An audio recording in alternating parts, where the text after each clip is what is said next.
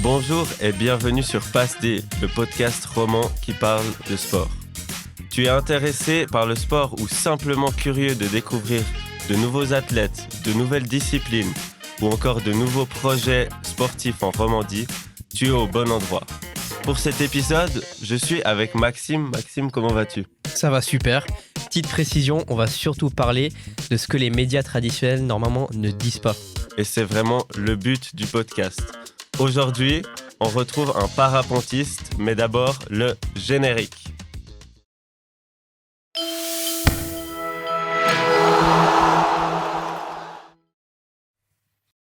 Donc aujourd'hui, on est avec Vincent Tornard. Bienvenue Vincent. Merci, bonjour.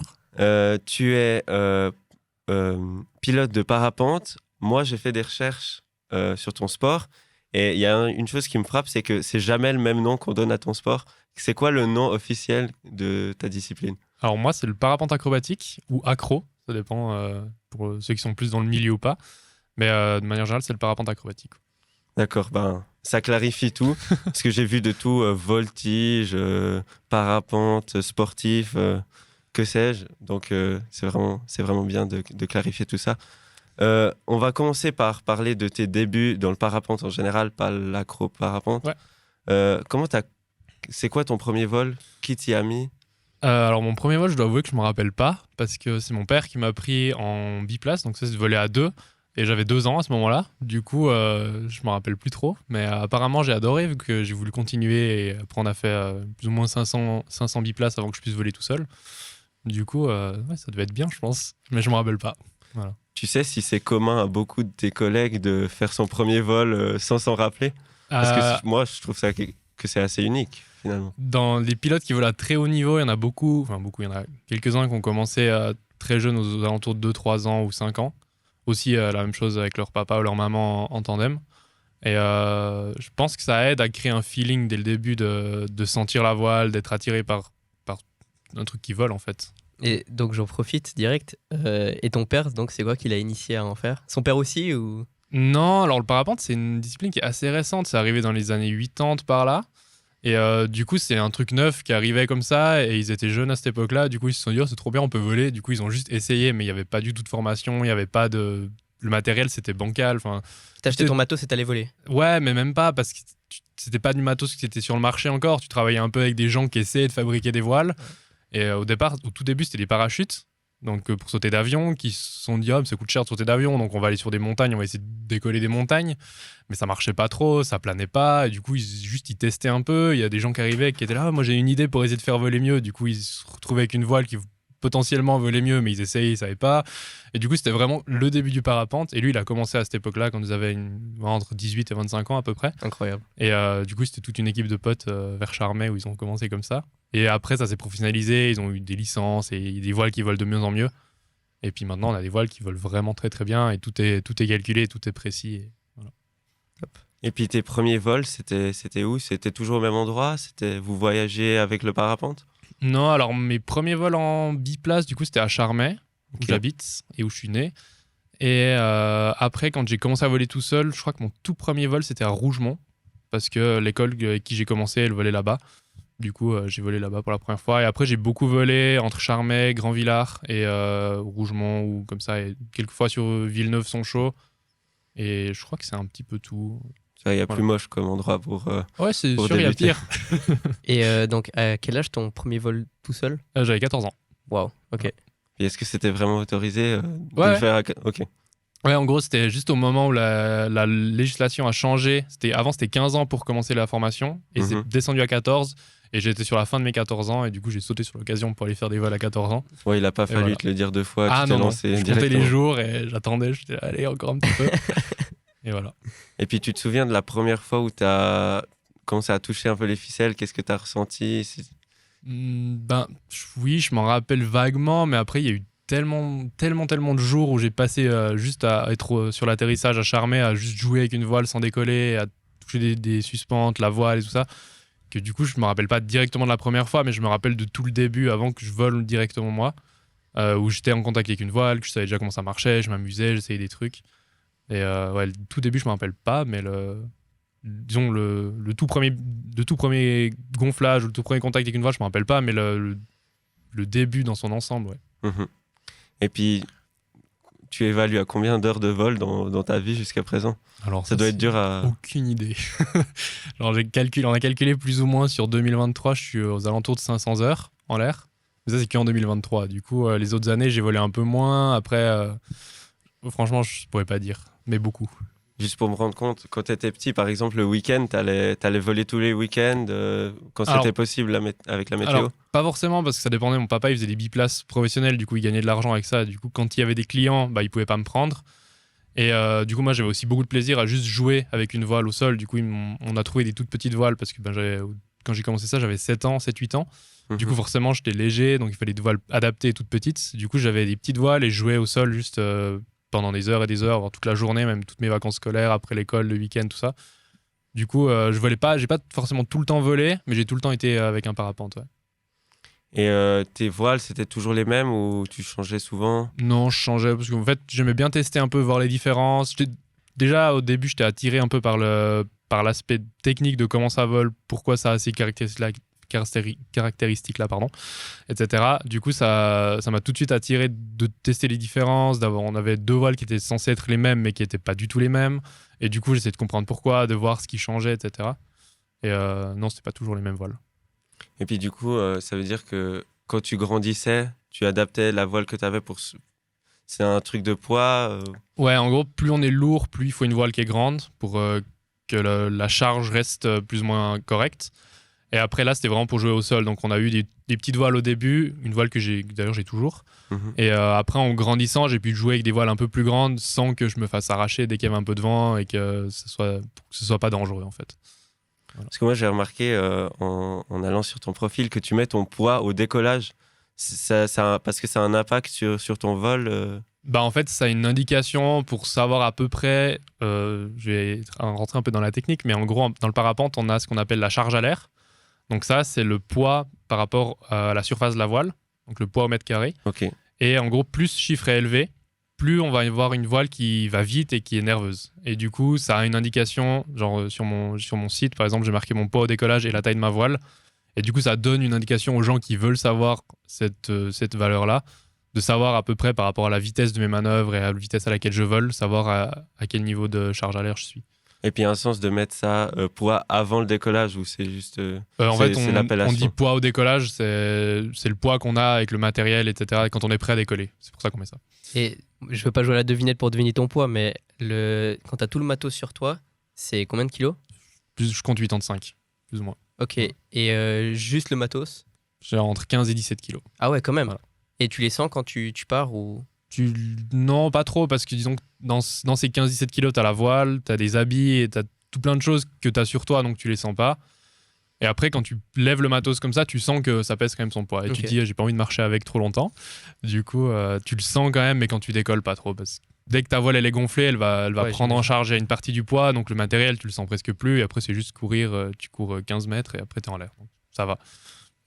Mais du coup, si le poids est si important, il y a des catégories aussi pour les compétitions, par exemple, en fonction du poids? Alors, en voltige, non. Peut-être dans les compétitions de distance, mais je connais pas assez pour dire, je suis pas sûr. Et nous, on est en voltige, on n'a pas, parce qu'on n'a pas assez de compétiteurs pour faire des catégories différentes. Déjà là, on arrive à pousser gentiment pour avoir un podium masculin, un podium féminin. Ouais, c'était donc ça, c'est déjà justement un petit achievement qu'on a, mais non, on n'a pas de catégorie de poids encore. Mais dans ce cas, vu que le poids n'a pas trop son importance, pourquoi séparer hommes-femmes? Pour motiver plus de femmes à faire des compétitions, vu qu'il y a des podiums, et du coup, c'est un peu plus... comment dire, il y a des récompenses un peu aussi pour les filles qui viennent en compète. Du coup, c'est plus pour motiver les filles et montrer qu'elles sont aussi capables de faire des podiums en Coupe du Monde. Ok. Parce que là, pour le moment, la répartition entre hommes et femmes, on est dehors de combien? Je dirais 80-85% d'hommes. Ah oui, plus ou moins. Donc c'est vraiment... Ça dépend des compétitions, mais en moyenne, à peu près, ouais. Et est-ce que tu as une idée à quoi c'est dû? Je pense que le parapente, c'est plus associé à un sport d'hommes au début, parce qu'au tout début, c'était vachement plus des mecs qui ont commencé le parapente.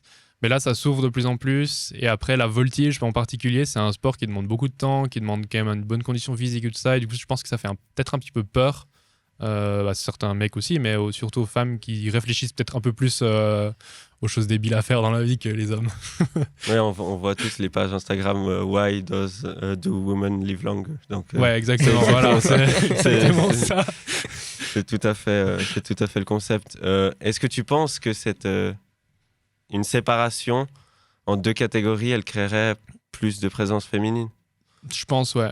Enfin, là, on voit, même cette année, au championnat suisse, on a un petit peu triché, parce que normalement, pour avoir un podium féminin, il faut 5 filles au minimum. Okay. Et sur le championnat suisse, on n'en avait que 3, mais on a quand même fait un podium féminin. Et du coup, les 3 filles qui étaient là, elles étaient trop contentes, parce que du coup, elles avaient quand même une médaille, elles ont fait leur compète, et elles étaient contentes d'avoir un truc à la fin. Et ça les motive de fou à continuer pour la suite. Du coup, je pense que c'est bien. Okay. On parle de compétition. Je m'attarde un peu sur le sport en général. C'est quoi les règles un peu du parapente? Enfin, qu'est-ce que tu fais en gros pendant une compétition? Alors en voltige, je vais parler surtout de la voltige parce que c'est ce que je connais, mais du coup en voltige, on est jugé sur 3 points principaux, c'est-à-dire qu'on a une note en technique, donc ça c'est juste purement la propreté des manœuvres qu'on fait. On a une note de chorégraphie, où là, c'est les juges qui vont juste nous dire si le run qu'on a fait, donc le run, c'est le vol qu'on a fait avec les manœuvres, si le run qu'on a fait leur a plu, si les manœuvres étaient belles à voir, si c'était bien connecté, que chaque manœuvre était connectée entre elles, qu'il n'y avait pas de latence, qu'il n'y avait pas de moment où on vole droit. Et il y a aussi toute une partie de box management qu'on appelle, c'est-à-dire que en fait, on est dans la masse d'air et on va se faire peut-être dévier par le vent. Du coup, on doit gérer ça aussi pour rester dans un box qui est safe. Donc, le box, c'est un carré virtuel qu'on se pose sur la map où on peut faire nos manœuvres en étant en sécurité. Du coup, si on arrive à rester dans ce box-là, même avec le vent, etc., et du coup, là, on va avoir des petits points en plus. Et la dernière partie de la note, c'est le poser, où là, le but, c'est de faire un posé le plus spectaculaire possible.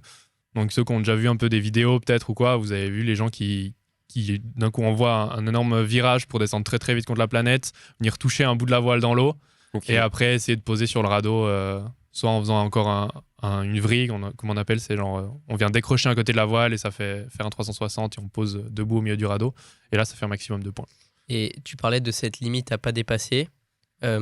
Comment est-ce que les juges arrivent à savoir en fait si tu l'as dépassé ou pas? Est-ce que vous avez un GPS? Non, alors en fait c'est vraiment visuel, et vraiment les juges, les gens qui nous jugent en compète sont aussi des pilotes, souvent des pilotes de voltige aussi, donc ils ont compris cette notion de boxe, et en fait on sait dans quel sens vient le vent, et on sait, par exemple, si je prends l'exemple de Villeneuve, le vent il vient du lac et il nous pousse vers le bord, et il y a les radeaux juste avant le bord, donc si on dépasse les radeaux et qu'on passe par-dessus le public, c'est qu'on n'a vraiment pas bien géré notre box, et là du coup on peut prendre soit un warning, un avertissement qui nous enlève des points, et au bout de 3 warnings on est exclu de la compète parce que c'est des problèmes de sécurité.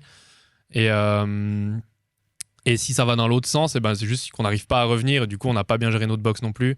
Du coup c'est vraiment, en fait c'est assez évident de savoir si on a géré notre box ou pas. Généralement tu le sais sur le moment si t'es sorti ou pas. Oui, clairement. Okay. Tu parles de sécurité, il y a bien sûr un facteur naturel, le vent. Tu dois lui obéir un peu. Est-ce que c'est déjà arrivé que tu aies des compétitions qui soient annulées ou reportées à cause de ça? Alors, du vent indirectement, on va dire, parce que le vent, il vient des masses d'air différentes, etc. Mais il peut aussi venir des orages, par exemple. Donc, on a eu, par exemple, en Italie, il y a 2 semaines, donc une compétition, c'est sur 3 runs, en général. Ouais.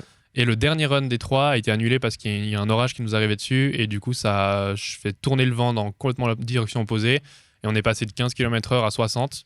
Ah oui, ça change. Et du coup, c'était beaucoup trop fort pour voler, et du coup, là, on a annulé la manche à cause de ce vent qui était fort à l'atterrissage et en l'air. Et à ce moment-là, il se passe quoi avec cette dernière manche? Elle est repoussée ou elle est Non, alors annulée? du coup, en fait, la compète, elle se déroule sur 4 ou 5 jours, ou 3 et 5 jours, on va dire.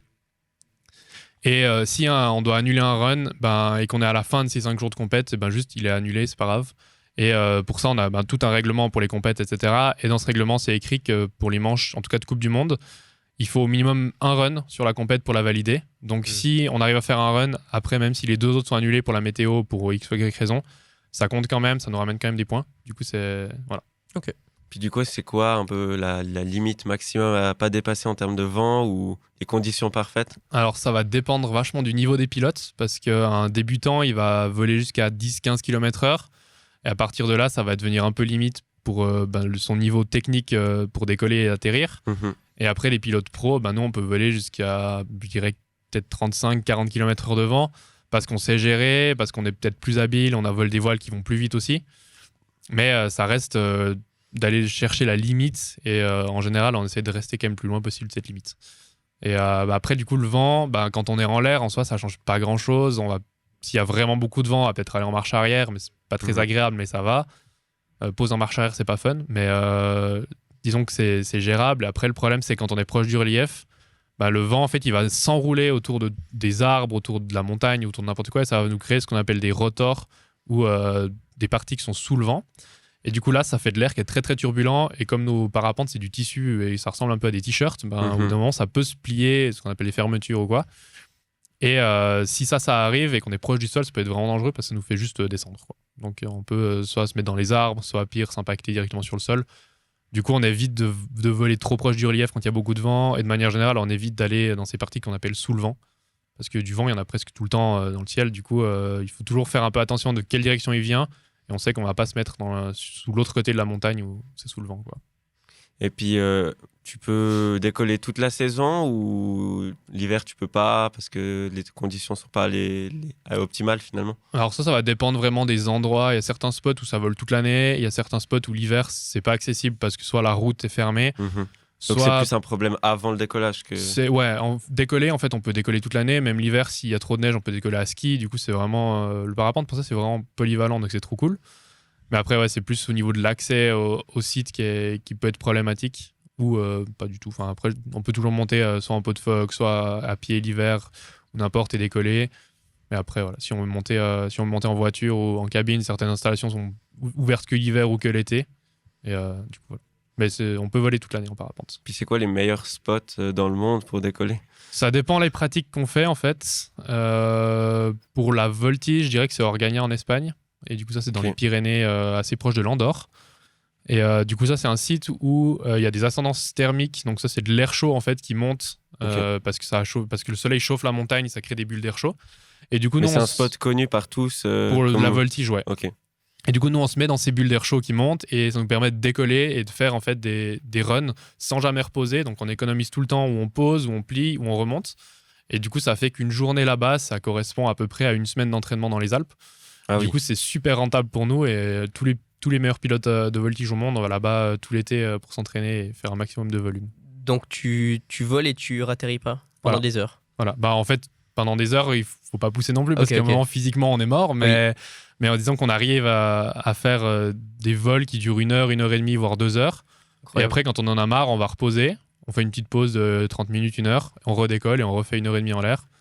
Et du coup, c'est comme ça démarre vers midi, 1 heure dans l'après-midi. Et ça finit le soir. Les grosses journées, ça finit à 22 heures. Du coup, c'est vraiment trop bien. Et quand tu compares avec un vol banal, je sais pas, par exemple, ici en Suisse, tu mets combien de temps du moment où tu décolles jusqu'à que tu atterrisses? Ici, les spots qui sont les plus rentables, on va dire, où on peut aller le plus vite, on arrive à faire à peu près un vol toutes les 30 minutes. Ok. Et du coup, en Espagne, quand ça marche vraiment bien, on fait un run toutes les 6 minutes. Ok. Voilà. Du coup, c'est quand même vraiment bien. Et puis ici, les spots, comme tu dis, les spots, les meilleurs, c'est où? Pour la voltige, je dirais il y a Verbier, Vercorin, Zinal et Muren, près de Lauterbrunnen. Ça, c'est les meilleurs spots qu'on ait pour s'entraîner. Après, c'est pas forcément les plus safe parce qu'on n'a pas de lac. Et je sais que beaucoup de pilotes, à haut niveau un peu moins, mais les pilotes, on va dire, de niveau normal en accro ou en voltige, ils aiment bien voler sur un lac pour la sécurité. Mais du coup, en dessus du lac, il y a soit Axalp vers Brienz ou alors Villeneuve. Okay. Et, voilà.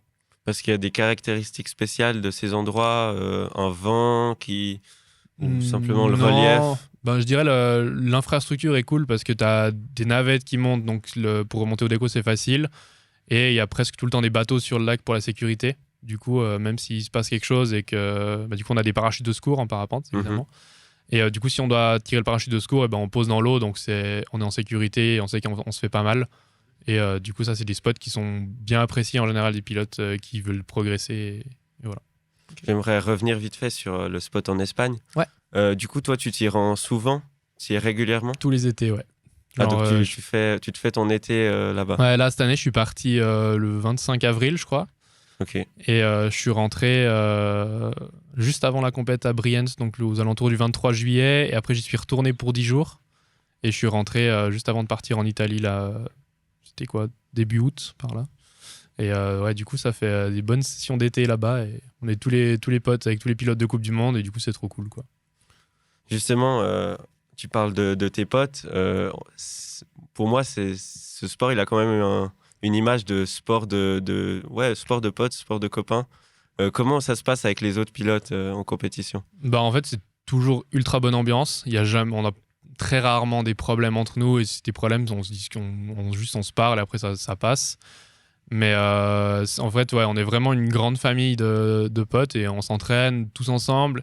Et c'est pas vraiment un sport où on peut mettre la faute sur les autres, on peut se prendre la tête parce que c'est chacun, l'entraînement qu'il fait va dépendre. Enfin, les résultats de compète vont dépendre de l'entraînement de chacun. Du coup, celui qui se sera plus entraîné ou mieux entraîné aura des meilleurs résultats. Et en fait, même en compète, on peut discuter entre nous, on va manger le soir ensemble, on fait les trajets en voiture ensemble, on est tout le temps ensemble. Et, ouais, en fait, là, on est surtout en Coupe du Monde, le top 10, je dirais. On est vraiment 10 meilleurs potes. Et après, on fait notre saison ensemble et on se balade et on vit notre vie. Et donc, c'est trop bien, quoi. Trop bien. Et bah justement, donc c'est toujours en solo. Est-ce que ça existe de la compétition, par exemple, en duo ou... Alors, les compètes sont à la base en solo. Après, rien n'empêche de s'inscrire en biplace. Le problème, c'est que le niveau est tellement haut, en tout cas en voltige, en solo, que si on veut le faire en biplace, c'est sûr qu'on est dernier. Okay. Du coup, parce que déjà la voile permet pas de faire toutes les manœuvres. Et en plus, en solo, pour être bon, il faut voler ce qu'on appelle twister. C'est-à-dire qu'en temps normal, on vole en avant, twister, on vient voler en arrière. Et ça, en biplace, on peut pas le faire parce qu'il y a trop de poids, il y a trop de force. Du coup, on n'arrive pas à se twister. Du coup, là, on perdrait déjà beaucoup de points et de voler très très propre et des manœuvres en biplace, c'est dur. Du coup, il n'y a pas vraiment d'intérêt de le faire en biplace. Et en équipe, donc par exemple, chacun sur un parapente et vous partez les deux en même temps, ça se fait pas non plus. Alors ça se fait, ça s'appelle la synchro. Okay. Ça se fait de moins en moins, mais on essaie de le garder quand même plus pour le fun, mais on le fait quand même. Et du coup, c'est deux pilotes qui volent en même temps et qui doivent faire exactement le même programme en même temps. Et du coup, ça, c'est noté comme pour le solo, donc sur la technique, la choré et le posé. Mais en plus, il y a une note de synchro, c'est-à-dire que si les deux pilotes sont parfaitement synchronisés, qui font les entrées de manœuvre et les sorties de manœuvre en même temps, dans les mêmes axes, etc., et ça va faire un max de points. Mais ça se perd un peu parce que ça demande tellement de temps de s'entraîner déjà pour le solo. Il faut trouver son duo. Et il faut trouver un pilote avec qui on s'entend bien, avec qui on se comprend et avec qui on peut improviser. On improvise les mêmes choses. Et surtout, ça demande énormément de temps déjà de s'entraîner en solo. Et du coup, si en plus il faut s'entraîner en synchro, ça demande 2 fois plus de temps. Et du coup, ça demande de sacrifier un peu le solo. Donc de faire des moins bons résultats en solo pour faire la synchro. Okay. C'est pour ça qu'il y a de moins en moins de personnes qui font la synchro. Et puis toi, tu en as déjà fait de la synchro? J'en ai fait un peu pour m'amuser, ouais. Mais pas en compétition. Quand tu faisais ça, est-ce que tu communiquais avec l'autre par radio ou c'était Non, on crie. Préparé avant? On crie et en l'air. Vous entendez? En fait, on vole pas loin, du coup, on arrive à s'entendre. Okay. On n'entend pas toujours très bien, mais on a préparé un peu le run avant, c'est-à-dire on sait quelle manœuvre on va faire, mais juste pour les moments où on va sortir ou rentrer dans les manœuvres, on va juste soit siffler, soit crier, et comme ça, on sait que les deux sont synchro, quoi, le plus possible. Après, en général, les runs en synchro, c'est très drôle parce que d'un coup, il y en a un qui fait une petite erreur et ça désynchronise tout le run. Et du coup, t'arrives en bas et juste tu rigoles parce que tu sais que c'était nul. C'est plus drôle quand c'est pas en compète. Oui. C'est pour ça que moi, j'en fais de temps en temps pour m'amuser avec mes potes, mais plus en freestyle, comme ça, sans avoir rien prévu et juste on s'amuse. Mais en compète, moi, ça m'intéresse pas trop parce que j'ai vraiment envie de gagner. Du coup, si je fais de la synchro, j'ai envie d'être sûr de gagner, donc je vais devoir m'entraîner beaucoup et après, je vais devoir moins m'entraîner en solo et ça ira pas. Du coup, voilà. Et justement, ces entraînements, ça se passe comment? Ça consiste à quoi? Alors, ça va être de répéter les manœuvres encore et encore et encore jusqu'à ce qu'elles soient parfaites, mais elles seront jamais parfaites. Du coup, on continue de s'entraîner tout le temps. Et du coup, c'est au début, il y a plusieurs phases, on va dire, dans l'entraînement. Donc, le début, ça va vraiment être d'apprendre les manœuvres. Ensuite, ça va être les perfectionner et ensuite, ça va être les mettre ensemble pour faire des runs. Parce que du coup, les runs qu'on fait en compète, ils sont préparés à l'avance. On les a écrits, on les a réfléchis en fonction des règles qu'on a, etc. Et du coup, il faut qu'on les entraîne pour que quand on arrive en compète, ce soit vraiment quelque chose de connu dessus et qu'on n'ait pas besoin de réfléchir et de se poser des questions et que ce soit juste dérouler ce qu'on a appris et que ce soit le plus lisse possible, en fait. Et du coup, il y a une grosse partie où ça va être vraiment juste de répéter ces runs, de peut-être faire des petits changements, des adaptations pour les axes d'entrée et de sortie des manœuvres, etc. Et du coup, c'est ça la grosse partie de l'entraînement. Et comment tu fais, par exemple, si tu vois au dernier moment que ton run, il va pas pouvoir passer à cause de certaines conditions? Tu le changes, tu as une deuxième option?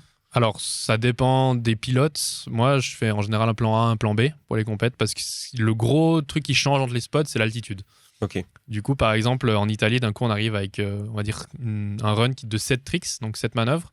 Et à son show, c'est 5. Et du coup, mon run de 7 tricks que j'avais prévu pour l'Italie, si je veux le refaire à son show, eh ben, je vais devoir le changer pour que j'ai quand même le maximum de mes bonus pour mon run, pour avoir des points. Mais en faisant moins de tricks. Du coup, je vais peut-être enlever un peu des tricks de connexion. Donc, je vais diminuer très légèrement ma note en chorégraphie parce que ça sera un peu moins connecté. Okay. Mais je vais augmenter ma note en technique parce que j'aurai plus de gros tricks, on va dire. Et du coup, ça, c'est un peu de la stratégie à avoir. Et du coup, c'est prévoir un plan A, un plan B. Et là, je sais qu'un de mes potes, cette année, il avait prévu jusqu'à un plan E pour une compète. Du coup, il y avait vraiment tout qui était... toutes les possibilités étaient open. Après, ouais, c'est soit improviser quand on est là et sur le moment, soit prévoir à l'avance. Moi, j'aime mieux prévoir, comme ça, j'ai pas de surprise. Et est-ce que l'ordre des figures que tu fais, elles ont une importance ou pas? Ça n'a pas d'importance directement. Après, on a des règles qui nous interdisent de faire certaines manœuvres trop basses. Ok. Du coup, il faut faire attention à ça et les mettre assez en début de run plutôt pour être sûr de pouvoir les passer. C'est pour la sécurité, j'imagine. Exactement. Donc ça, c'est toutes les manœuvres, par exemple, où on passe par-dessus la voile, où il y a un risque en fait de tomber dans la voile. Et du coup, là, quand on tombe dans la voile, c'est vraiment le pire moment qu'on peut avoir en parapente, parce que du coup, on doit faire secours, mais des fois, on peut pas parce qu'on a du tissu autour de nous ou quoi. Et du coup, il nous faut plus longtemps, souvent, pour en sortir et faire secours. Donc, si on est déjà très très bas, c'est un peu critique. C'est pour ça qu'on est obligé de mettre ces manœuvres en haut. Et voilà. C'est quelque chose qui t'est déjà arrivé de te prendre dans la voile? Alors, j'ai pas touché la voile encore, j'ai pris les suspentes. Du coup, les suspentes, c'est les fils pour schématiser un peu. Et j'ai pris les suspentes une fois, mais j'ai pas touché la voile encore, non. Ok, et ça te fait quelle sensation sur le moment? Sur le moment, t'es vachement concentré dans ce qui se passe et t'es vraiment en mode ok, j'ai fait de la merde, il faut absolument régler le problème. Et en fait, tu règles ton problème, t'as un peu l'adrénaline et tout, tu poses, et là, tu te rends compte de ce qui s'est passé. Et tu te dis, bon, bah maintenant qu'on a posé, on va plier, on va remonter. Et du coup, en général, ça va. Parce que t'as pas vraiment le temps de stresser quand t'es dans l'action, en fait. Enfin, Okay. Si tu prends le temps de stresser, il y a un autre problème à gérer, c'est que tu stresses et que du coup, tu fais de la merde. Mais non, en tout cas, moi, quand j'ai eu besoin quand je me suis retrouvé dans des situations un peu critiques de secours, j'étais concentré dans sauver mon cul, et une fois que j'avais posé, après, j'étais en mode, bon, bah maintenant, je suis posé, donc ça va, on va remonter. On va pas rentrer à la maison. Non. Ok. Non, parce que en fait, ça arrive de faire des erreurs et ça arrive de... C'est comme dans tous les sports, ça arrive de se rater, et voilà. Et nous, quand on se rate, bah, on fait secours. Mais c'est pas non plus... voilà. Je suis d'accord, mais ça fait partie, quoi. En tant que... ça fait drôle d'entendre ça en tant que personne qui pratique pas le sport, parce que ça arrive effectivement de faire des erreurs dans tous les sports, mais je sais pas, dans le foot, tu tires ton ballon à côté, bah voilà, tu vas le rechercher, alors que là, enfin... Tu frôles la mort un peu, oui. tu joues avec... Oui et non, parce qu'en fait, les erreurs qu'on fait, elles arrivent pas de nulle part. En général, quand on fait des erreurs, ça arrive sur des tricks qu'on n'a jamais fait et qu'on essaye ou qu'on est en train d'apprendre. Donc on sait qu'on est en train de faire quelque chose qu'on sait pas faire. Donc on sait qu'il y a la possibilité de rater. Donc t'es plus préparé de faire une erreur. Donc dans ta tête, tu es déjà préparé au fait que le secours peut arriver et qu'il va certainement arriver. Et du coup, quand il arrive, c'est pas une surprise parce que tu savais qu'il allait arriver à un moment, ou tu savais que c'était possible. Du coup, ça va. Et en fait, on s'entraîne pour ça aussi. On s'entraîne à toujours gérer les situations au mieux. Et faire secours, ça fait peur la première fois, peut-être la deuxième fois aussi. Et après, tu sais que ça marche, tu sais que tes secours sont bien pliés et qu'ils s'ouvrent. Et du coup, ça devient quelque chose de... Voilà. En tout cas, pour les pilotes de voltige. Pour un pilote lambda, on va dire, qui doit faire secours, il y a des chances qu'il arrête le parapente après. Mais pour nous, c'est quelque chose qu'on utilise régulièrement quand même. Ça dépend des pilotes, mais quelque chose qu'on utilise régulièrement, qu'on voit régulièrement, on a un peu l'habitude. Quand tu dis régulièrement, c'est tous les combien de temps? Bah moi, pour l'instant, c'est une fois par an. Ok. Après, il y en a, c'est plus une fois par mois ou une fois tous les 2 mois. Après, ça dépend. Il y a vachement des styles de pilotage différents. Il y a des gens qui poussent plus, il y en a qui sont un peu plus conservateurs. Ça dépend vraiment des gens, mais pour mon cas, en tout cas, pour l'instant, je suis à 3 et ça fait 4 ans que je fais, mais la saison n'est pas finie encore. Donc voilà. Et puis, tu connais des gars qui ont connu une peur qui les a fait arrêter, qui les a dégoûtés du parapente? Sûrement, ouais. Oui, il y a des gens que je connais. Après, je connais pas forcément personnellement, mais je sais que j'ai eu parce que je bosse aussi de temps en temps dans une école de parapente. Et du coup, je sais que j'ai eu des élèves pilotes qui sont passés et qui d'un coup, ils ont juste arrêté parce qu'ils ont vu quelqu'un se faire mal ou qu'ils ont eu un truc qui leur a fait peur ou quoi que ce soit. Et du coup, il y a des gens qui ont arrêté comme ça. Après, il faut toujours s'écouter, ça c'est sûr, que si on commence à avoir peur et à être vraiment pas à l'aise en volant, ça sert à rien d'aller voler. Parce que du coup, on n'a pas de plaisir et si on n'a pas de plaisir, c'est nul. Du coup, je pense que c'est quand même important de s'écouter. Mais voilà. Toi, ça t'est déjà arrivé un jour, tu t'es dit aujourd'hui je vole pas, je la sens pas?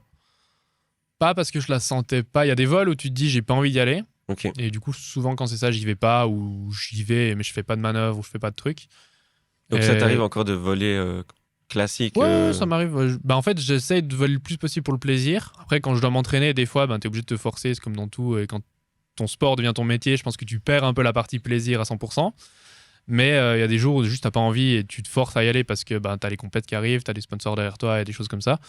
Donc, t'y vas quand même. Mais j'essaye de garder le plus possible cette phase de je vole pour m'amuser. Et des fois, juste, j'ai pas envie de pousser à 100%. Du coup, je m'entraîne un peu et après, je prends une autre voile un peu plus joueuse, un peu plus fun et je vais faire d'autres trucs. Je vais m'amuser sur le décollage, je vais faire des voiles un peu plus longs, essayer de me balader un peu. Du coup, ça, oui, ça arrive régulièrement encore. Et puis, est-ce que tu as un entraîneur qui te suit régulièrement en compétition? Alors, maintenant, un peu moins, mais au début, quand j'ai commencé avec l'équipe suisse, du coup, ils nous ont mis un entraîneur à disposition. Et là, oui, il m'a beaucoup aidé techniquement pour comprendre les manœuvres, pour avoir une stratégie d'entraînement qui fonctionne bien. Et maintenant, il est plus là pour m'aider au niveau de la stratégie, vu qu'il a plus d'expérience que moi. Parce que techniquement, je l'ai rattrapé, voire dépassé. Ok. Et du coup, au niveau de la stratégie, comme il a plus d'années d'expérience en compète, il peut m'aider à construire des runs un peu mieux, il peut m'aider à gérer un peu la frustration ou disons, la pression des runs, le stress en compète. Et c'est plus à ce niveau-là qu'il est utile maintenant. Ouais. Et puis, tu parlais de voile. J'ai cru comprendre que vous devez... il y a vraiment une idée de connaître son matériel. Toi, comment tu travailles pour t'adapter à la voile? Est-ce que tu en utilises une pour chaque compète? Comment tu gères ça? Non, alors j'ai 2 voiles par saison qui sont gentiment offerts par un sponsor voile. Et sinon, j'ai d'autres voiles après pour m'amuser. J'ai des voiles légères si je veux aller faire ce qu'on appelle du marché-vol. Donc, c'est juste monter à pied sur une montagne et décoller et voler pour descendre. J'ai un peu des voiles pour un peu toutes les pratiques du parapente. Mais les voiles que j'utilise le plus, c'est mes voiles de voltige. Et du coup, j'en ai 2 parce que après, on va dire 4-5 mois de vol avec une voile, je sens qu'elle fatigue un peu. Et pour voler à haut niveau, on a besoin de quelque chose qui soit toujours le plus performant possible. Du coup, on passe sur la deuxième et du coup, on a une voile qui est reneuve en milieu de saison. Donc, c'est vraiment cool. Bon, voilà. Je pense qu'on a un aperçu complet du sport. On va passer maintenant à ta carrière. T'es jeune, on peut le dire, et tu as déjà eu quelques succès. C'est quoi le succès le plus marquant de ta carrière? Je dirais, il y en a plusieurs, je pense. Le premier qui est arrivé, c'est mon premier titre de champion suisse du coup en 2023. Où là, c'était quand même assez serré sur la compète. Et au dernier run, je prends un peu de marge et du coup, je gagne avec un peu d'avance. Et du coup, ça m'a vraiment montré que j'étais quand même capable de gagner des trucs et que ça valait la peine de s'entraîner, etc. Et le deuxième, et celui dont je suis le plus fier, je pense, c'est du coup cette année en 2024, au mois de juin, où je fais mon premier podium en Coupe du Monde dans le top 10. En fait, du coup, je finis 3e. Et là, je me retrouve sur le podium à côté de 2 mecs que, en fait, quand j'étais petit, je regardais voler et qui m'ont inspiré de toute ma progression en accro. Okay. Et je me dis, là, je suis à côté d'eux sur le podium. Qu'est-ce qui se passe? Et du coup, après, les deux, ils sont venus me féliciter, me dire que c'était trop bien et qu'il fallait que je continue à pousser comme ça. Un des deux, c'était mon coloc tout l'été. Du coup, on est ultra proches et ultra potes. Mais quand même, il a gagné l'année passée la saison. Et pour moi, ils ont un niveau qui est encore vraiment au-dessus du mien. Et là, d'être à côté d'eux sur le podium, je me dis, en fait, on s'en rapproche quand même. Et du coup, ça m'a vraiment... je pense que c'est celui dont je suis le plus fier. Et du coup, on a le trophée qui est là, je crois. Donc, pour ceux qui nous écoutent, on a un magnifique trophée. Qu'est-ce qui est marqué dessus? C'est King of the Box. Ça, c'est King of the Box, du coup, c'est le nom de la compète. Et c'est à Alvar, en France, entre Chambéry et Grenoble. Et du coup, c'est un trophée en bois un peu rond avec un petit parapente dessiné dessus. Et voilà. Donc ça représente la victoire d'une compétition. Ça, c'est un des 3 trophées qu'on avait sur le podium du coup, pour la 3e place.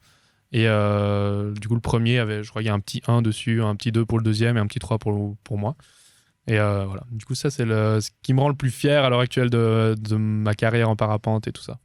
Et tu as dit que tu venais d'être champion suisse. C'est quoi le niveau suisse un peu à l'échelle mondiale? Alors, pour l'instant, au niveau suisse, je suis le mieux classé au niveau mondial et j'ai un autre pilote qui s'appelle Pablo. D'ailleurs, Pablo, bonjour si tu passes par là. Et du coup, Pablo, il a commencé 6 mois, 1 an après moi. Et il s'est vraiment accroché à moi et je l'ai un peu pris sous mon aile aussi pour l'aider à progresser et à avancer le plus vite possible dans la voltige. Et là, du coup, c'est la première fois qu'il montait sur le podium du championnat suisse, parce que l'année passée, il a fait 4e et là, il fait 2. Du coup, j'étais vraiment fier de lui et j'étais content de voir que mes conseils marchaient quand même un peu. Et du coup, lui aussi, il vole pas mal en Coupe du Monde. Il est encore dans le classement du coup de qualifier. Parce que sur les circuits Coupe du Monde, on a 2 classements. On a le classement pro, où là, on est le top 10. Où tu es, toi? Exactement. Okay. Et il y a le classement qualifier qui là est open et à partir de la 11e place. Et du coup, n'importe qui peut s'inscrire. Et Pablo, pour l'instant, je crois qu'il est 2e ou 3e de ce classement qualifier. Ah oui, donc il est pas loin de vous finalement. Et du coup, ouais, exactement, il est pas loin. Et en fait, le classement qualifier, à la fin de la saison, les 2 meilleurs montent dans le classement pro pour la saison d'après. Et les 2 derniers du classement pro descendent en qualifier. Et du coup, son objectif, c'est de monter avec les pros. Du coup, il va se battre encore sur la dernière manche la semaine prochaine là, pour monter. Et puis, la différence entre votre niveau et le leur, elle est grande, c'est serré. En fait, la différence de niveau, elle est pas si grande. La grosse différence qu'il y a en fait entre un classement qualifier et un classement pro, c'est les erreurs qu'on va faire. Parce que nous, les erreurs qu'on va faire, ça va être toutes petites erreurs de l'ordre du millimètre ou du centimètre presque au niveau de nos mains. Ouais, c'est de l'horlogerie. Ouais, non, ça devient vraiment... Là, on voit des voiles toutes petites qui sont ultra nerveuses et ultra sensibles, donc c'est vraiment... On est ultra précis. Et sur le qualifier, ça va plus être des erreurs au niveau de complètement rater une manœuvre, en fait. Alors que nous, ça nous arrive quand même très rarement de complètement rater un tricks. Sur le qualifier, on voit, si on regarde les vidéos des runs, par exemple en compète, etc., ça arrive régulièrement qu'il y ait un trick qui marche pas du tout, qui revole ou que ça marche, qui freine une demi-voile, une fermeture ou n'importe. Alors que nous, ça va vraiment être soit une sortie qui est pas face au juge, ou alors un moment où on est un tout petit peu trop sur les commandes et la voile redécroche très légèrement et revole plus tard. Enfin, c'est vraiment ça là, qui fait la grosse différence, je pense, entre les pros et le qualifier. Et au qualifier, comment est-ce que tu expliquerais justement cet écart technique? Est-ce que c'est la pression ou est-ce que c'est tout simplement l'expérience? Je pense qu'il y a une grosse partie d'expérience et il y a aussi une partie où je pense qu'en qualifier, ils ont vraiment envie de montrer qu'ils ont le niveau de monter sur le tour et d'être avec les pros. Ils ont tendance à prendre plus de risques. Et du coup, ils se mettent peut-être un petit peu trop la pression et ils veulent peut-être un peu trop dans leur niveau par rapport à ce qu'ils devraient voler en compète et par rapport à ce que nous, on vole. Après, c'est sûr que l'expérience fait aussi beaucoup et le temps qu'on a passé à s'entraîner aussi, parce qu'en général, quand on est dans le top 10, c'est qu'on est là depuis plus longtemps. Donc, on a plus d'entraînement, on est plus habitué à faire nos manœuvres, on a un meilleur feeling avec un peu tout, et du coup, forcément, on arrive à gérer mieux les situations, à improviser un peu mieux que des pilotes qui sont arrivés il y a moins longtemps. Et voilà. Et donc, toi, tu es passé par les qualifiers avant? Moi, je suis passé... En gros, les qualifiers, ça arrivé en 2022. Avant ça, c'était un seul classement de Coupe du Monde et le top 10 ne changeait jamais. Et c'est pour ça qu'ils ont introduit le qualifier pour laisser un peu la possibilité à tout le monde de faire un podium. Et du coup, moi, je suis arrivé à la première année de qualifier. Ma première compète, je fais 5e, je crois. Et la deuxième, du coup, ça m'a ultra motivé de faire 5e. Et je me dis, vas-y, maintenant, tu pousses et tu donnes tout ce que tu as. Et du coup, la deuxième, je gagne avec 3 points d'avance sur le deuxième. Du coup, c'est incroyable. Et au niveau des points au classement général, je me suis retrouvé 2e et du coup je suis monté après 2 compètes et j'étais en mode oula, maintenant ça va être compliqué. Donc j'ai passé tout l'hiver 2022-2023 à m'entraîner et à pousser tout ce que je pouvais pour rattraper le plus possible mon niveau avec le tour. Et du coup je finis la saison 8e sur 12. Du coup c'est le top 10 mais on est 12. Okay. Du coup. Et du coup je finis ma saison 2023 8e sur 12 et du coup j'étais content parce que j'étais pas dans les derniers, même que je venais d'arriver. Après, j'ai vu qu'il y avait quand même une grosse marge de progression encore avant d'arriver tout en haut. Et là, cette saison où j'arrive à me caler une 4e place stable et avec bien de la marge avec tout le monde autour, je suis content. Et l'année prochaine, ce sera d'aller chercher des podiums. Et tu avais parlé de 3 points. Comment est-ce que les points se comptent?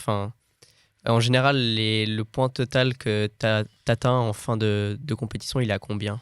Ça dépend du nombre de runs, en fait. Mais en gros, sur un run... les points, après c'est vachement compliqué à comparer parce qu'entre chaque compète ça va être différent, chaque run ça va être différent, mais en gros entre on va dire un mauvais run du tour c'est 11 points et un très bon run c'est 16-17 points. Ok. Et du coup, sur une compète, c'est 3 fois entre 12 et 17 et ça nous fait 30 et 40 points par compète. Puis ça t'est déjà arrivé qu'à la fin d'un run, tu comprennes absolument pas la note que tu as reçue? Ça arrive. Après, en général, on sait pourquoi on s'est fait défoncer sur un point ou un autre. Après, on n'a pas le détail des notes de chaque tricks ou quoi. On a juste une note finale.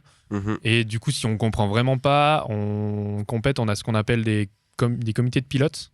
Et du coup, si vraiment on comprend pas, on va vers le comité de pilotes. C'est en général 3 pilotes qui regardent après la vidéo du run et qui renotent les manœuvres et la choré et le posé, etc. Et du coup, ça redonne une note finale différente qui est juste à titre informatif. Et si elle a plus que 0,5 de différence avec la note qu'on a, et ben du coup, on peut aller voir les juges et les juges revoient la vidéo, renotent le run et des fois ça change, des fois ça change pas. Mais c'est très rare qu'on ait besoin de faire ça et qu'il y ait vraiment un changement. Souvent, en fait, c'est juste qu'on de dedans, on a l'impression d'avoir vraiment bien volé ou à l'inverse vraiment mal volé. Et quand on regarde la vidéo, on se dit bon, en fait, voilà, là il y a une grosse erreur clairement. Là-bas, c'était vraiment beaucoup mieux que ce qu'on pensait ou beaucoup moins bien. Et du coup, en général, c'est assez correct quand même. Tout est toujours filmé en fait. Les compètes sont obligatoirement filmées, ouais. Récemment, on a vu beaucoup de sports dits extrêmes arriver au JO. Je prends l'exemple du surf. Est-ce que toi, tu penses qu'un jour, on pourra avoir du parapente au JO? Ça serait bien pour nous parce que ça donnerait une médiatisation qui serait incroyable. Après, pour rentrer au JO, si je dis pas de conneries, il faut être soit un sport fondateur, soit un sport pratiqué majoritairement. Et pour l'instant, le parapente, c'est clairement pas majoritaire. Et ce qui est aussi bien pour nous, parce que si on se retrouve à avoir 300 000 personnes qui font du parapente, les décos vont être blindés, le ciel va être blindé, il va y avoir beaucoup plus d'accidents, donc beaucoup plus de gens qui détestent le parapente aussi. Donc, l'un dans l'autre, ça serait bien d'avoir le parapente au JO, mais si on y réfléchit vraiment, ça serait compliqué pour nous. Et voilà, du coup, ça serait plutôt bien à court terme, mais peut-être ça serait pas bien plus long. pour les pros, pour avoir des meilleurs sponsors et pour avoir plus d'argent, etc. Mais de l'autre côté, pour le parapente en général, je suis pas sûr que ça soit très très bien. Mais si ça arrive, tu serais évidemment motivé. Ouais, clairement. Ouais. Ça sera... je serais trop content. Ouais. Ça serait vraiment cool. Bon, je pense pas qu'il y a de JO prévu par là-bas en Espagne pas tout de suite. d'ici là, mais ça pourrait même faire partie des sports d'hiver en soi, si on peut faire ça. Ça peut être un l'hiver. sport d'été, un sport d'hiver, un peu n'importe quoi. Après, il y a aussi quelle discipline du parapente on mettrait au JO. C'est-à-dire que le vol de distance, ça serait pas du tout facile à mettre en image parce que tu as 150 pilotes qui vont décoller d'un point et ils vont poser 300 km plus loin. Du coup, c'est pas très intéressant. C'est pas très intéressant à filmer parce que c'est des gens qui volent tout droit et qui tournent en rond dans l'air, quoi, finalement. Du coup, c'est pas incroyablement intéressant. Après, la voltige, c'est bien, mais le problème, c'est qu'il n'y a pas beaucoup de participants. Et il y a une autre catégorie du parapente qui s'appelle la précision d'atterrissage, où là, c'est juste le but de poser dans un rond le plus petit possible. Et ça fait des points. Le plus tu es proche du milieu, plus tu as des points. Et ça serait, je pense, la discipline du parapente qui serait au JO. Parce que c'est là où c'est le plus facile à mettre en image, c'est le plus facile à comprendre. Et c'est aussi une des disciplines qui est le plus pratiquée, on va dire, par les gens. Du coup... Tu fais ça aussi, toi? Non. Parce que c'est un peu un truc de vieux quand même, je dois dire. Ah, d'accord. Parce qu'il n'y a pas de figure avant. Il y a pas, en fait, c'est vraiment juste venir tout droit vers le point d'atterrissage et il faut juste être précis. Et du coup, il y a plus de chances que ce soit ça qui arrive au JO que de la voltige ou de la distance, quoi. Très intéressant. Il y a un autre point qui m'intéresse. Tu as dit que tu en avais fait ton métier, si je m'abuse. Comment tu as réussi? Parce que c'est pas un sport qu'on voit souvent dans les médias. Comment on arrive à passer au statut professionnel dans ce sport? Alors, c'est pas vraiment professionnel parce que disons que j'arrive pas à gagner de l'argent avec, j'arrive à ne pas en perdre. Okay. Mais j'ai des petits sponsors privés, j'arrive à bosser avec des marques de parapente pour développer des voiles et en échange, j'ai du matériel gratuit. Et avec l'aide de l'équipe suisse, du coup, j'ai mes saisons de compète qui sont payées. Donc, les inscriptions, compétitions, les voyages, etc. me coûtent rien. Et du coup, disons qu'on est professionnel parce qu'on fait que ça, mais en même temps on gagne pas d'argent, donc c'est un semi-pro, on va dire. Et il y a une grosse majorité des pilotes quand même qui doivent bosser l'hiver pour payer leur saison. Alors, surtout en Coupe du Monde, là, les Sud-Américains comme ça, ils galèrent vachement parce que faire une saison ils font des biplaces en Amérique du Sud l'hiver. Okay. Mais une saison de biplace là-bas, ça leur fait peut-être 10 ou 15 000 euros. Et une saison de compète, c'est 20 000. Du coup, c'est vachement compliqué pour eux. Et même pour nous en Europe, on n'a pas beaucoup d'argent non plus. On fait des saisons où, avec 20 000 balles, on fait une année, quoi. Du coup, c'est vachement compliqué aussi, quoi. Je suis content de vivre chez mes parents encore. Et à ton avis, est-ce que c'est quelque chose que tu peux que le monde du parapente peut envisager dans un futur proche, ou est-ce qu'on en est encore loin? Bah, il y a déjà quelques pilotes qui vivent très bien du parapente. Et après, il faut juste être très bon pour se vendre, arriver à trouver les bons partenariats au bon moment, avoir les bonnes choses à offrir aux bonnes personnes. Et une fois qu'on a tout ça, après, ça marche, on arrive à gagner de l'argent relativement bien, voire très très bien. Et après, voilà, je pense qu'il faut prendre du temps pour se faire un nom, pour se faire connaître un peu.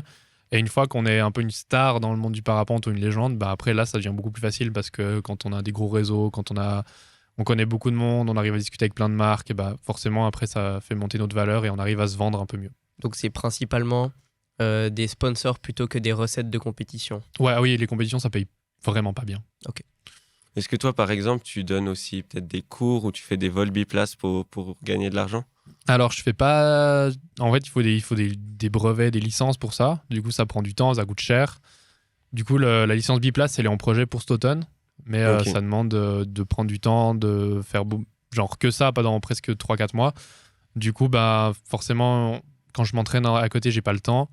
Mais c'est en projet pour cet automne. Et la licence de moniteur, d'instructeur, je pense pas tout de suite parce que en fait j'aime trop voler pour avoir une école, parce qu'une fois que tu as une école, bah, tu voles plus, tu es là, tu as tes élèves tous les jours à la radio et tu es en bas et tu les regardes voler, tu les formes. Donc peut-être quand je serai un peu plus âgé et que je chercherai à me poser un peu plus. Mais là tout de suite j'aime trop voler, du coup j'ai plus envie de me diriger dans quelque chose où je peux voler un peu tout le temps, ou être dans le développement de voile, genre faire designer ou travailler dans la réparation ou des choses comme ça. Je pense que là, ça m'intéresserait beaucoup plus que de faire instructeur. Est-ce que tu arrives à m'expliquer comment, en tant que champion suisse, tu n'as pas le droit à la licence de pilote biplace? Alors ça, c'est bienvenue dans la Suisse allemande. C'est-à-dire que la fédération suisse est gérée principalement par des Suisses allemands et du coup, ils ont fait des règles et les règles, c'est les mêmes pour tout le monde. Je peux même vous le faire avec l'accent suisse allemand. Les règles, c'est le même pour tout le monde. Du coup, c'est exactement ce qu'ils m'ont dit l'année passée quand j'ai demandé. Parce qu'en fait, là, ils m'embêtent surtout, c'est que je dois faire ce qu'on appelle un coursive. C'est-à-dire que en fait, c'est un cours où on va juste voler et on va apprendre à mettre notre voile dans des situations délicates ou les pousser un peu aux limites de vol. Ça, en général, on le fait... les pilotes normaux le font pour prendre confiance et pour apprendre à décrocher leur vol et à être en dehors des domaines de vol. Moi, c'est mon métier de faire ça. Du coup, Oui. je trouve que ça n'a pas de sens. Du coup, je leur ai envoyé un gentil mail pour leur demander si vraiment j'étais obligé. Et en fait, c'était assez drôle la situation. C'était à peu près la même période l'année passée où la dame de la fédération, elle m'envoie un mail le lundi pour me féliciter de mon titre de champion suisse, et le mardi ou le mercredi, elle m'envoie un mail pour me répondre en mode non, il faut quand même que tu fasses un CIF, c'est important et tout. Et du coup, j'étais là, ils se foutent de ma gueule, je pense, mais C'est très suisse comme situation. en tout c'est cas. très très suisse, et du coup, je vais quand même devoir le faire ou trouver une combine pour que quelqu'un me signe un papier de CIF sans que je le fasse, mais on verra. Et ça, c'est quelque chose, c'est des règles qui sont propres à la Suisse, ou on le voit dans le monde entier? Non, ça c'est des règles propres à la Suisse. Chaque pays, chaque fédération a des règles différentes. Par exemple, en France, c'est beaucoup plus simple d'avoir... Enfin, il y a 2 types de licences biplace, on va dire. Tu as la première où vraiment juste c'est un cours sur 2 jours et après c'est bon.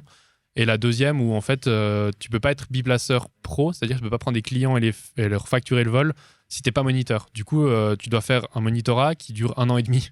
Et du coup, c'est vraiment... nous, en Suisse, on a la chance de pouvoir faire un brevet biplace qui prend 4-5 mois à faire. Mhm. Et en France, si tu veux faire biplaceur pro, c'est 1 an et demi et tu dois avoir une école et tu dois avoir plein de choses à côté qui sont vachement contraignants. Du coup, pour ça, c'est bien. Enfin, on a des points positifs et des points négatifs, quoi. Mais est-ce que tu sais comment est-ce qu'il l'explique? Est-ce que c'est par peur de problèmes de sécurité? Je sais pas trop, mais en vrai... Pas chercher à plus comprendre. Non, j'ai pas vraiment réfléchi plus. Après, j'étais plus concentré dans ma saison et tout, et j'étais en mode, c'est pas grave, je le ferai plus tard. Mais Très bien. non, je sais pas, je peux pas donner une vraie réponse. Je sais pas. Et puis du coup, donc, on a compris que tu veux passer ces permis, si j'ose dire.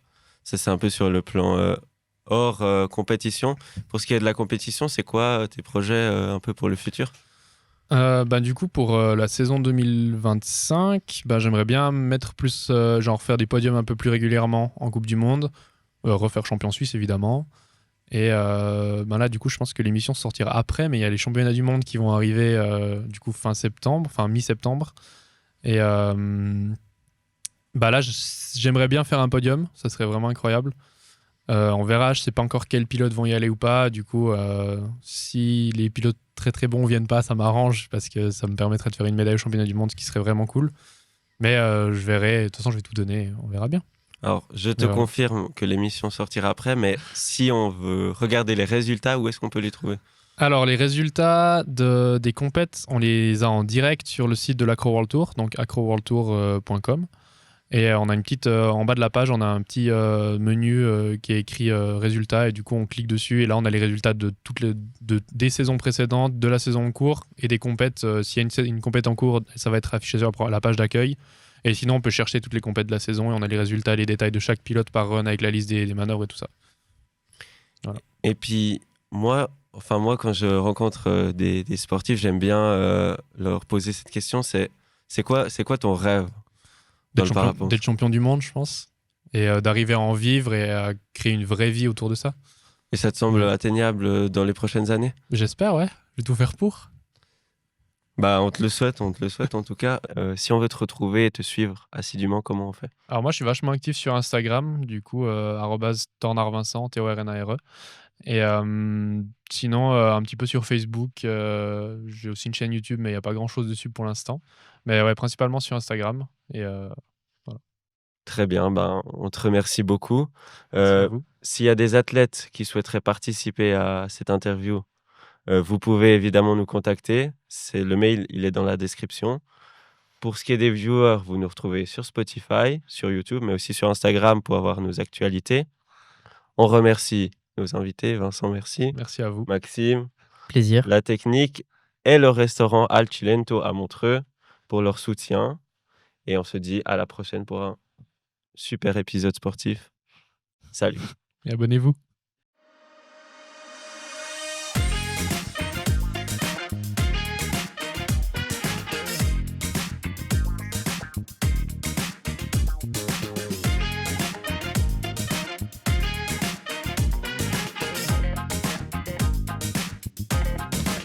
Ce titre à Zurich, quelques semaines après, comment tu vois cet exploit ? Je m'entraînais 2 fois par jour, on avait aussi des entraînements avec l'équipe suisse pour les qualifs des JO qu'on avait. Si on devait gagner, on avait 9 matchs à faire sur 48 heures. Un marathon. Ouais. Moi, depuis que je te connais, tu shootes à 3 tout le temps. Ouais. Est-ce que tu ne travailles plus ? Est-ce que c'est juste que tu as oublié comment rentrer dans la raquette ? J'avais de la machine à shoot que j'utilisais dans la Beaulieu et je mettais un ballon de 5-5, un ballon de 3-3. Comment tu jongles entre ton travail de tous les jours et les entraînements, les déplacements que tu as cités ? Comment est-ce que tu fais ?